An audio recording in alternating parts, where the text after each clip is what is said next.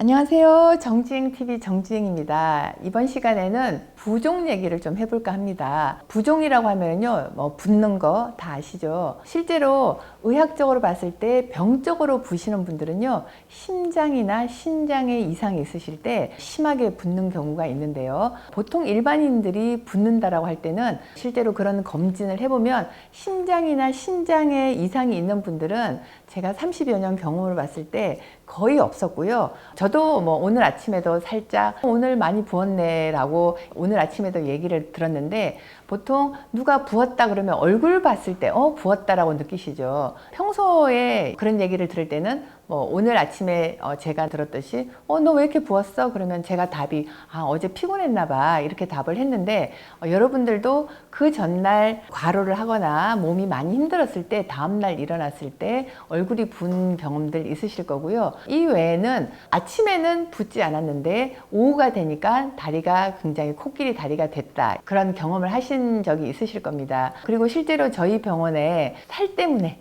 살이 쪄서 오시는 분들 중에는요, 물만 먹어도 붓는다, 그래서 부어서 살찐다, 이렇게 오시는 분들이 가장 많습니다. 이런 분들이야말로 검진을 해보면요, 건강에는 특별한 아무런 이상 없으면서 부으시는 경우가 굉장히 많은데, 실제로 다이어트를 하거나 아니면 꼭 다이어트가 아니더라도 부어 있으면 왠지 덜 예쁘잖아요. 푸석푸석 부은 얼굴은 예쁠 수가 없죠. 이런 것들을 좀 미연에 방지 내지는 관리를 하려고 하면은, 첫째, 기력이 일단은 좀 짱짱해야지 안 붓습니다. 오늘 아침에 제가 부은 이유가 바로 어제 피곤했기 때문에 오늘 더 부었듯이, 기력이 떨어지고 몸이 힘들면 잘 부을 수 있는 거고요. 그리고 하체가 잘 붓는 경우는 아침보다는 오후에 점심시간 이후에 다리가 점점 땡땡 부으면서 하체가 막 팽창하는 듯한 그런 느낌을 가지시는 분들도 있으실 겁니다. 저는 젊었을 때 그런 경험을 많이 했거든요.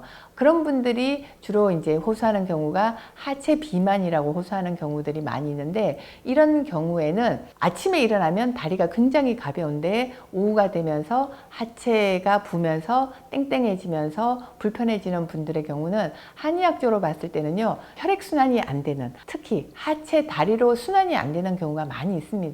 그리고 이런 분들 중에 상체는 굉장히 날씬한데 하체가 튼튼해서 하체 비만이라고 고민을 하는 경우도 많이 있고요. 환자 케이스로 보자면 얼마 전에 바로 젊은 20대 여성이 하체 비만으로 저한테 오셨었는데요. 상체는 진짜 너무 날씬했어요. 진짜 한 줌으로 손으로도 잡을 만큼 날씬했는데, 다리는 이 허리 두께하고 별반 차이가 안 난다 싶을 정도로 다리는 튼튼한 젊은 미혼 여성들, 특히 10대, 20대 여성들이 많이 있습니다. 이런 분들은 주로 체질적으로 타고날 때부터 상체는 굉장히 빈약하고 약한데 다리가 튼튼한 경우가 있고요.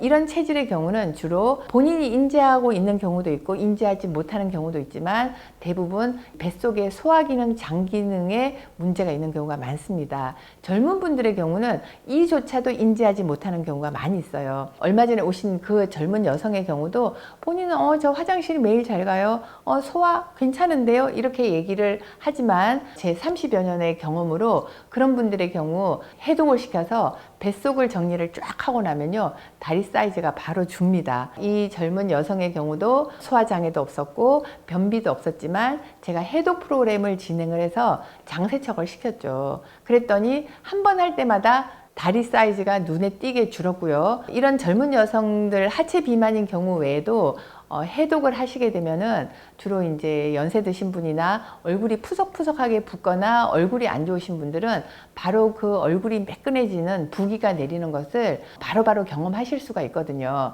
그래서 이 붓는다라는 것은 일단은 한의학적으로 봤을 때 기력이 떨어져서 기가 허할 때도 부을 수 있고요. 그 외에도 혈액순환이 잘 안 돼서 팽창하면서 붓는 경우도 있는데, 결국은 한방에서는요, 기와 혈이 같이 갑니다. 이 혈액순환이 잘 되려면 기운이 짱짱해서 이 혈을 팍팍 밀어주는 추동 역할을 잘해야지 혈액순환이 잘 되는 거고요. 기력이 짱짱한데 혈액순환 안 될 리가 없고요. 혈액순환이 안 되는데 기력이 짱짱할 리가 없는 거죠. 그래서 결국은 이 기와 혈의 짱짱하고 추동 역할을 해주고 순환되는 게 같이 간다고 할 수 있거든요. 얼굴이 붓거나 다리가 붓거나 뭔가 푸석푸석하다 이런 분들은 한의학적으로 보면 전반적으로 기력도 떨어져 있고 연쇄적으로 혈액순환도 잘 안 된다고 볼 수 있습니다. 그래서 이 두 가지를 개선하기 위해서 기본적으로는 일단은 해독, 청소를 한번 해주고요. 그러면서 기력을 보충하고 혈액순환이 잘 되는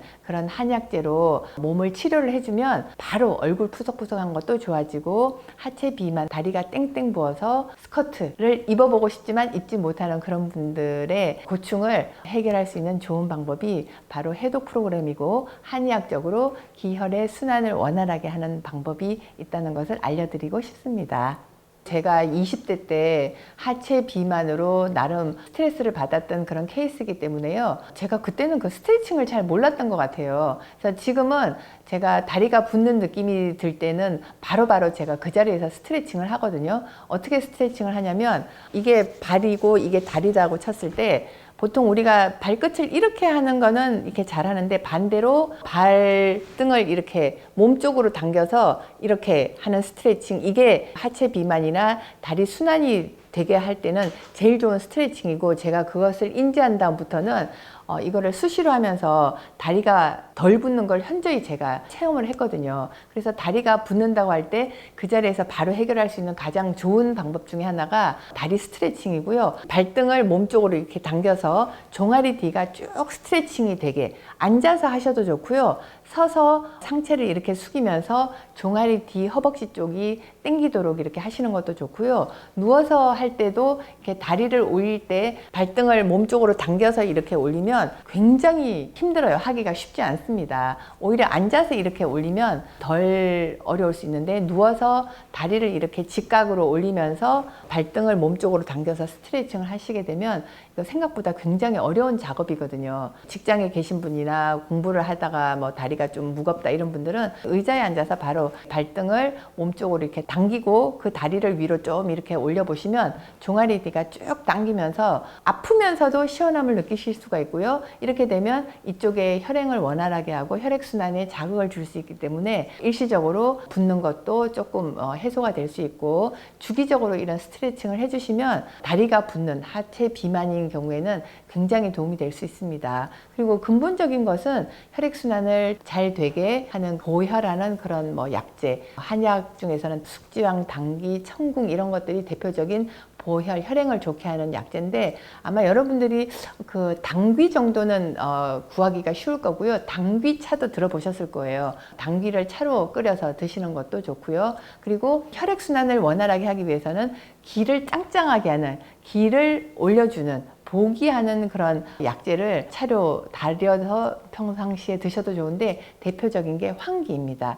여름에 더울 때 우리가 초복, 중복, 말복 때 삼계탕 많이 드시죠? 그 삼계탕 안에 황기 넣어서 삼계탕을 하는 경우도 많은데, 이 황기가 바로 우리 기운을 짱짱하게 올려주어서 여름에 땀 많이 흘리는 것도 조절을 해주기 때문에 삼계탕에도 황기를 넣기도 하거든요. 그러니까 바로 이 황기를 차로 끓여서 드시게 되면 이 기력도 보충이 되면서, 특히 여름 같은 경우는 땀구멍 개폐에도 여러 가지 작용을 해주기 때문에 땀을 많이 흘리는 여름철에 기력도 보충하고 땀 흘리는 이런 이 조절도 하는데 도움이 되는 황기차도 아주 좋습니다. 그러니까 황기차나 당귀차 권해드리고요. 그리고 바로 당장 하실 수 있는 것은 이 다리 스트레칭, 종아리 허벅지 쪽으로 쭉 아플 정도로 뻗어주는 그런 스트레칭을 권해드릴 수 있습니다.